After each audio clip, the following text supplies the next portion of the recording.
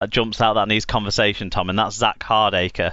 So he Yeah. had the driving conviction. He's been going through his rehab at Sporting Chance Clinic. So what are we hearing from the club about Hardacre's progress and also his place in the squad? Well, basically, his squad number, as you know, is number 20, and I think that's kind of a little bit of a carrot and stick situation, really, where it's like, you prove yourself here, not giving you the number one shirt because Esquire undoubtedly has earned that, as we all know. And with the club's kind of stance on it as well, he's coming in for pre-season training, I think, the first week of December after he's done a little bit more work on his own. So yeah, I think it's basically kind of like now's your real chance to prove yourself and rediscover that kind of player that you were at Leeds, that everybody hated him because he was playing for Leeds and not them, and that's what we want. That's ultimately what every Wigan fan wants him to rediscover. Yeah, exactly. What about Zach himself? Has he had any sound bites for you guys in the press over the last couple of weeks about how he's looking forward to his time at Wigan? No, we've not spoken to him at all yet, to be honest. I think just waiting really until the pre-season kicks off properly, really, before we get a chance to have a chat, really. But I'm sure he's got to have plenty to say to us, and we can't wait to ask him the questions, really. Sure. One of the other things that's been going on in the off-season is Wigan have had a few stabs at halfbacks. They've missed out on Lachlan Lamb and Jackson Hastings. So is this an area, do you think, where Wigan still need to recruit and where they are still looking to recruit, and maybe what targets do they have at the moment? Well, interestingly, Rad said today, didn't he, that with the squad number announcement, they don't see that as a definitive list. There might be one or two to add to it. But also, a couple of weeks before that, we were told that they're not going to recruit for the sake of it, which at a club like Wigan is absolutely right, because you're going to have the conveyor belt going there. Like, there'll be a youngster that we've probably only seen as a name on a team sheet, probably pop the head up in like June, July, in a similar way to Sam Tompkins did all those years ago. So, it would be a nice area to strengthen, but I think having Lulaway at 7 for the time being is definitely not a bad place to start. But I would say that might be an area where they probably got the pencils out and probably just keeping an eye and seeing if that is anything that they can strengthen before the season starts. Yeah, and of course there's already Jake Shorrocks and Josh Woods of kind of the next in line, aren't they, in terms of in the squad already? So do you think those are two players that are going to get a chance before Wigan look to recruit? Absolutely, I think that's the Wigan way, isn't it? And Jake needs a big year this year as well, because he's had not a great time this past couple of seasons after bursting onto the scene in 2016. He's been unlucky, really. So, if he gets a good pre-season, he keeps on the right side of injuries, then he could be a real good player. And again, with Josh Wood, we've seen what he can do with obviously that drop goal against Warrington. People aren't going to forget that quickly, and you don't do that in a Super League game without having a bit of talent behind you anyway. So again, you could end up in a situation like we are with wingers in a couple of seasons time, where you kind of got an embarrassment of riches, really. If it all goes well, that's the key thing. We've been very, very lucky on the wings, so it needs to happen again for those two, and also with Lulaway as well this season. You've given me a nice lead into one of the other talking points then. One of the big pieces of news from this week relates to those wingers, and whilst Don Manfredi's retained his number 21 shirt number, he has signed a new contract for a 3-year extension for Wigan. So what's happened there?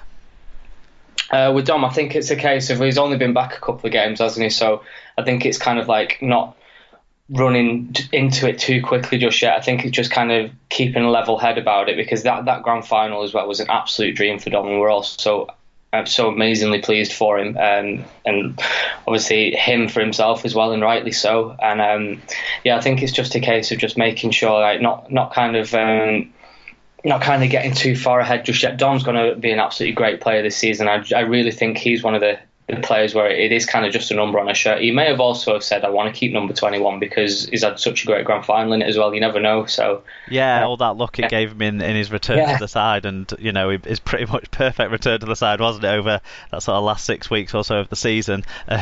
Maybe he did. Do you know, on the rumour mill? Let's hit the rumour mill a little bit. Do you know if there's any other players who are looking to have a sort of re-up on their contract now, or if there's also any other targets that Wigan are out there for? Because I'm hearing whispers that they're trying to maybe tap up some people down London to find a forward to bring into the squad. I've got to be absolutely honest. I've not heard many whispers at all this past couple of weeks since everything started ramping up for pre-season. They've been keeping the cards very close to the chest, which is not like Wigan. Yeah, not at all, is it? We're not used to that. No. Normally the message boards are alight with room. Yeah, absolutely. So yeah, on that front, it's pretty quiet at the moment, but I'm sure that we'll keep pressing those buttons and making sure we try and find out as soon as anything starts bubbling to the surface. Yeah, of course. The piece you had up today about the squad numbers, you like you said, Chris Vadlinski mentioned that there is room to potentially bring in one or two signings that they are looking to recruit. So I'm sure with him putting that quote out, the rumour mill next time around will be really flying on who those targets are. The other really exciting for Wigan fans off-season piece of news, which has been a little bit of an update on today, that was on the Wigan Today website, is the potential game against Catalan in Barcelona. So what can you tell us about that, Tom?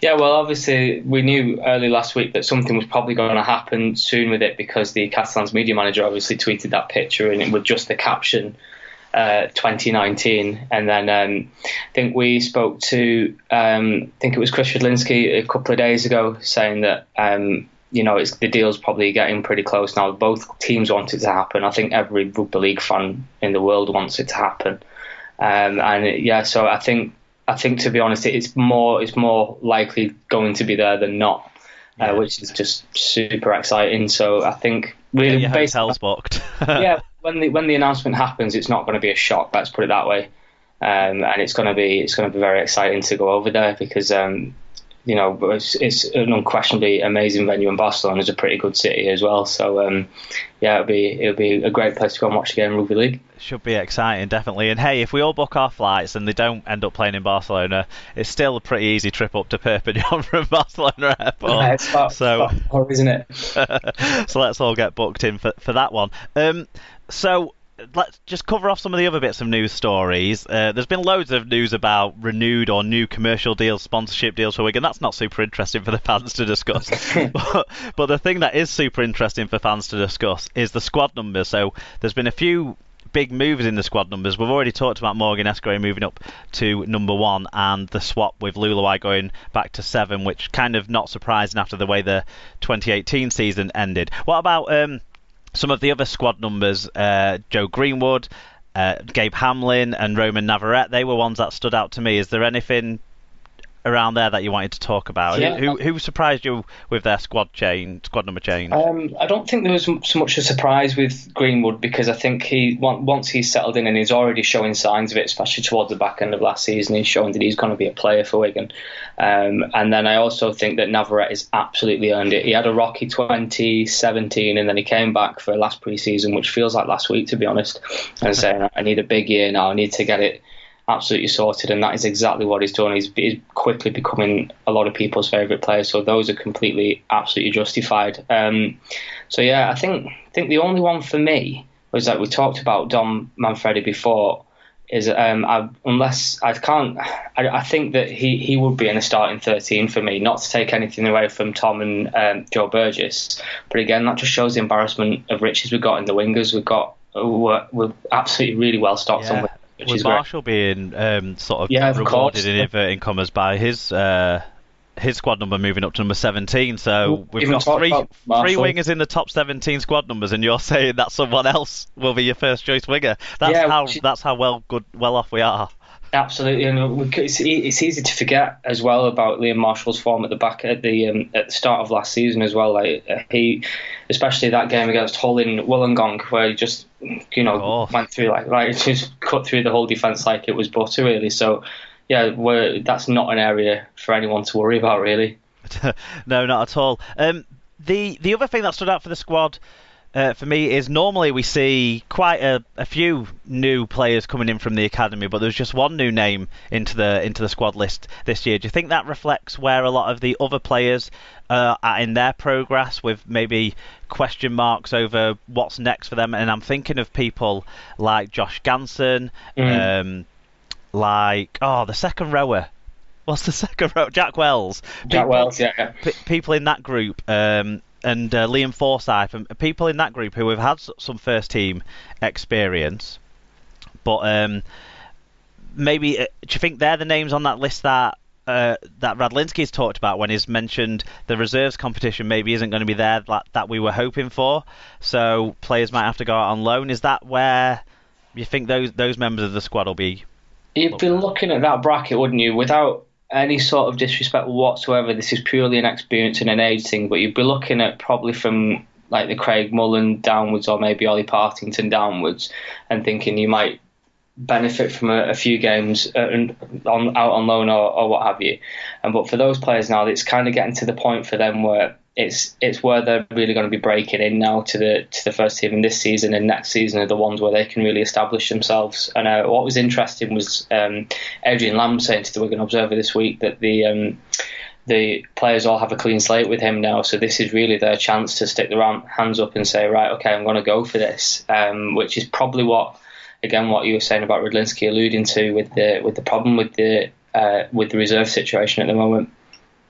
Yeah, completely. So obviously, Tom, people can keep up to date with the news that relates to Wigan over on the Wigan Today website and through the Wigan Observer and the Wigan Post, where they'll find a lot of your writing there. So hopefully people will head over and get you the clicks that you need to. Yeah, fantastic. So thanks for going through the off-season with news from Wigan Warriors with us, Tom. Thank you very much.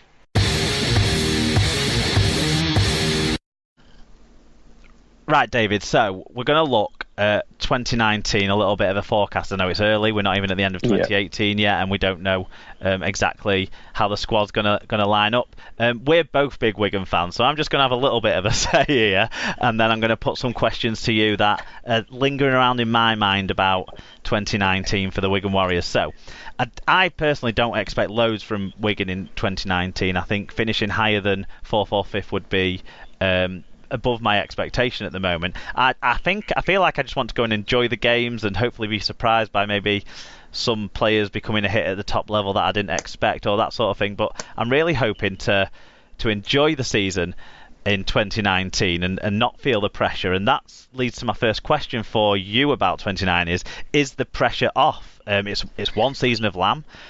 Is the pressure off, and what do you expect from Wigan on the pitch?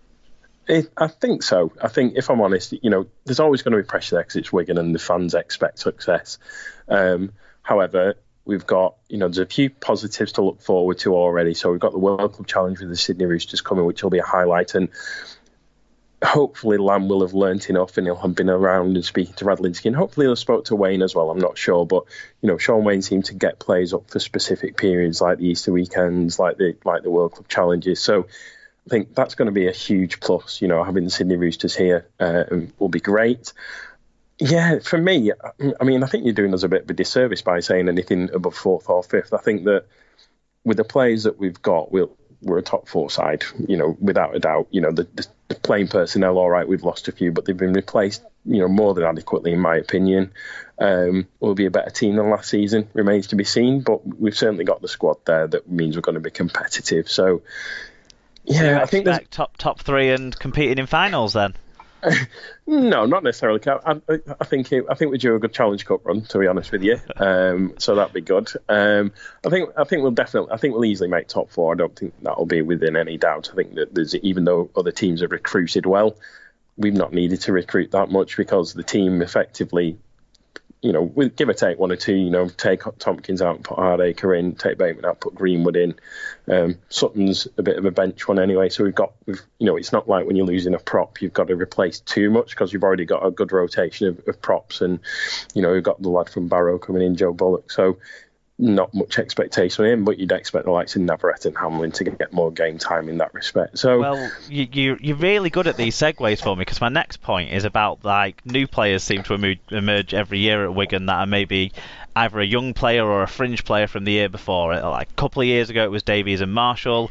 Last year it was Woods and Partington in particular. So who do you expect to emerge for Wigan in 2019?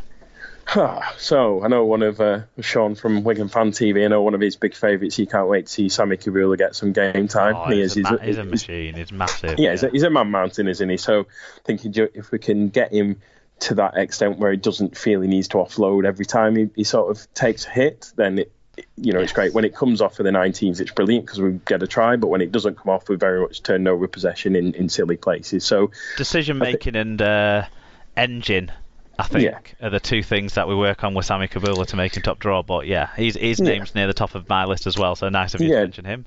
Definitely. I think